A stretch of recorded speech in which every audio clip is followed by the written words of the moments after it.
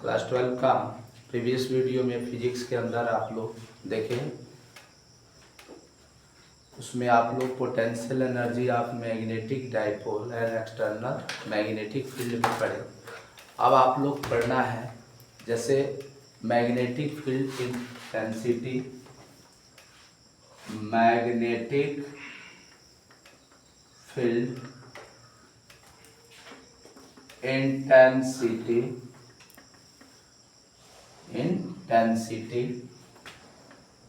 Due to magnetic dipole.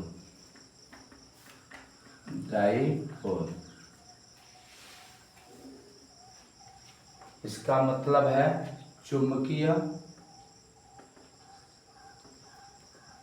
द्विध्रुव के कारण चुंबकीय क्षेत्र की तीव्रता,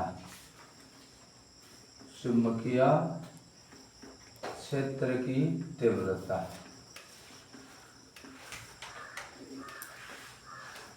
चुंबकीय द्विध्रुव के कारण चुंबकीय क्षेत्र की तीव्रता की अगर कैलकुलेशन करना हो तो कैसे करेंगे। इसकी दो स्थिति होती है, एक इंड ऑन पोजीशन, एक ब्रॉड साइड ऑन पोजीशन। पहला नंबर होगा अक्षीय स्थिति, इंड ऑन पोजीशन, इसको हिंदी में कहते हैं अक्षीय स्थिति। अक्षीय स्थिति जो होती है एक्स एक्स के पैरेलल होती है। दूसरा नंबर होता है ब्रॉड ऑन पोजीशन,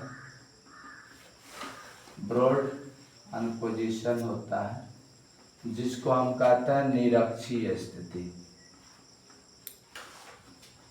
इसके अंदर दो घटनाएं इसके अंदर पढ़नी होती हैं, यानी चुंबकीय क्षेत्र की तीव्रता का आकलन करना हो तो इंड ऑन पोजीशन जो एक्स के पैरेलल होता है और ब्रॉड ऑन पोजीशन जो वाई एक्सिस के पैरेलल होता है। इसमें सबसे पहले आपको पढ़ाने चलना है इंड ऑन पोजीशन, अक्षीय स्थिति। अक्षीय स्थिति में मान लीजिए छड़ चुंबक है। छड़ चुंबक में कितने पोल होते हैं? दो पोल होते हैं, एक नॉर्थ पोल और एक साउथ पोल। मान लीजिए नॉर्थ पोल है और ये साउथ, और इसका सेंटर है, वो सेंटर है। तो यहाँ से यहाँ तक टोटल लंबाई L होती है, इधर भी L होती है, टोटल 2L लंबाई होती है इसकी। इस केंद्र से इसकी यहाँ से यहाँ तक की जो दूरी दिया है, मान लीजिए P है, यहाँ से AR दूरी पर है। केंद्र से इसके सेंटर से, सेंट्रल एक्सिस से ये पॉइंट की जो दूरी है वो R है।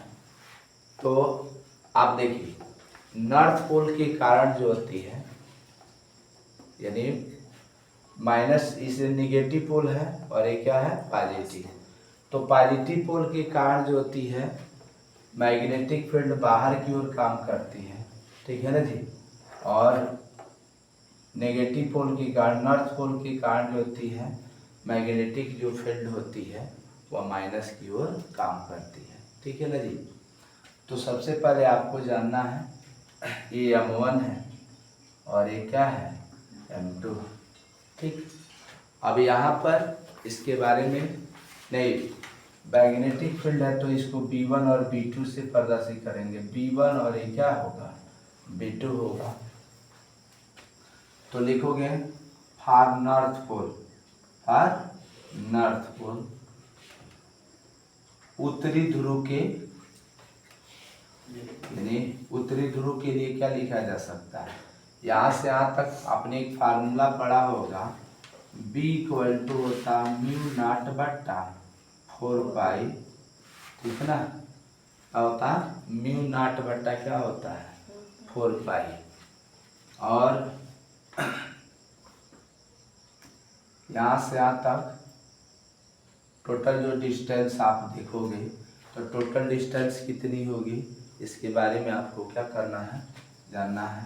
तो m बट्टा यहाँ से यहाँ तक की दूरी देखोगे, निकाला n पोल से, तो इसमें से यहाँ से यहाँ तक की दूरी r है, उसमें से l निकलेगा तो कितना लिखा जाएगा?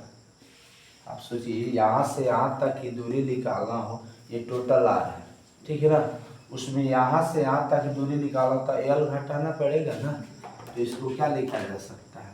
म्यू नॉट बट्टा 4 पाई और m बट्टा क्या लिखा जा सकता है? इसको इतना को लिख सकते हैं r माइनस एल का whole square. Equation number first लिख लीजिए और इसकी दिशा लिखिएगा बाहर की ओर। किधर होगा? बाहर की नहीं, अंदर की ओर, माइनस है ना, नॉर्थ पोल का, अंदर की ओर होगा। अगर वही फार साउथ पोल, साउथ पोल के कारण दक्षिणी ध्रुव के कारण जो होगा, इसका B1 मान लीजिए, B2 होगा। तो म्यू नॉट बट्टा 4 पाई और m बट्टा क्या लिखा जाएगा? r प्लस, यहाँ से यहाँ तक न दूरी लेंगे है, जोड़ेंगे तो r प्लस l का क्या हो जाएगा? Equation number second. इसको आप क्या लिख सकते हैं? इसको याद रखे रहना, बाहर की ओर, बाहर की ओर होगा, नॉर्थ पोल के कारण बाहर की ओर काम करता है। तो यहाँ पर P बिंदु पर परिणामी अगर वैद्युत क्षेत्र की तीव्रता निकालना है, एट लिखेंगे, at P point, at P point, बिंदु P पर, बिंदु P पर क्या हो जाएगा? वेक्टर B इक्वल टू लिख सकते हैं B1 और प्लस क्या लिखेंगे? B2 लिख सकते हैं ना। वेक्टर B1 की वैल्यू कितना है? म्यू नॉट बट्टा 4 पाई m बट्टा का लिखेंगे r माइनस एल का होल स्क्वायर और म्यू नॉट बट्टा 4 पाई और कैपिटल M बट्टा r प्लस एल का होल स्क्वायर। ठीक है ना। इसमें से कुछ कॉमन दिखाई दे रहा है। क्या कॉमन दिखाई दे रहा है? म्यू नॉट बट्टा 4 पाई और इंटू m भी दिखाई दे रहा है। तो यहाँ पर 1 बट्टा r माइनस एल का होल स्क्वायर होगा, 1 अपन r प्लस एल का whole square. Vector B equal to mu naught बट्टा 4 पाई और m, इसका हर बराबर करोगे तो क्या लिखोगे बताइए? r minus r square minus L square का क्या हो जाए? तो एक कोष्ठ में प्लस भी है, दूसरे कोष्ठ में, तो इसका गुणा इसमें करोगे तो r प्लस एल का क्या हो जाएगा? होल स्क्वायर हो जाएगा। ठीक है ना। और यहाँ पर क्या लिखोगे? ठीक है। तो सबसे पहले इसके अंदर ये जानना जरूरी है कि इसमें जैसे परिणामी वैद्युत क्षेत्र की तीव्रता डिपेंड करती है दिशा पर। देखिए, तो दिशा पर डिपेंड कर रही है, तो इसका वैल्यू क्या लिखा जाएगा? यहाँ पर माइनस चिन्ह अभी बता रहे हैं, यहाँ पर r माइनस एल का क्या हो जाएगा? होल स्क्वायर हो जाएगा। r माइनस एल का क्या आ जाएगा? होल स्क्वायर होगा। ठीक है ना। इसमें आपको करना क्या होगा? यहाँ पर देखो, चिन्ह बदल लेंगे। जैसे प्लस वाला है, ये नॉर्थ पोल किस तरह का होता है? माइनस होता है। नॉर्थ पोल क्या होता है? माइनस होता है और ये प्लस होता है। तो यहाँ पे माइनस चिन्ह दीजिएगा, तो यहाँ पर ये क्या हो जाएगा? माइनस हो जाएगा। ठीक है। और मल्टीप्लाई करोगे तो डायरेक्ट ऐसा करो ना, इसके लिए आप माइनस चिन्ह यहाँ पे इसको छोड़ दीजिए, यहाँ पर बीच में माइनस चिन्ह लगा दीजिए। तो आप देखोगे क्या, यहाँ पे माइनस हो जाएगा। तो वेक्टर B इक्वल टू हो जाएगा म्यू नॉट बट्टा 4 पाई m। यहाँ पर एक कोष्ठ में ये प्लस b का होल स्क्वायर और दूसरे कोष्ठ में ये माइनस b का होल स्क्वायर हो। इसको सूत्र पर फैलाओगे तो 4RL हो जाएगा। क्या हो जाएगा? 4RL अपन लिख सकते हैं कितना? R² माइनस L² का होल स्क्वायर। ठीक है ना। चूंकि यल इसमें बहुत छोटी राशि है। कैसी राशि है? छोटी राशि है। तो ध्यान रहे वेक्टर बी इक्वल टू हो जाएगा म्यू नॉट बटा 4 पाई। इसमें लिखना पड़ेगा क्योंकि L is very very less than R, तो ये एल स्क्वायर को छोड़ देने पर, कितने को छोड़ने पर?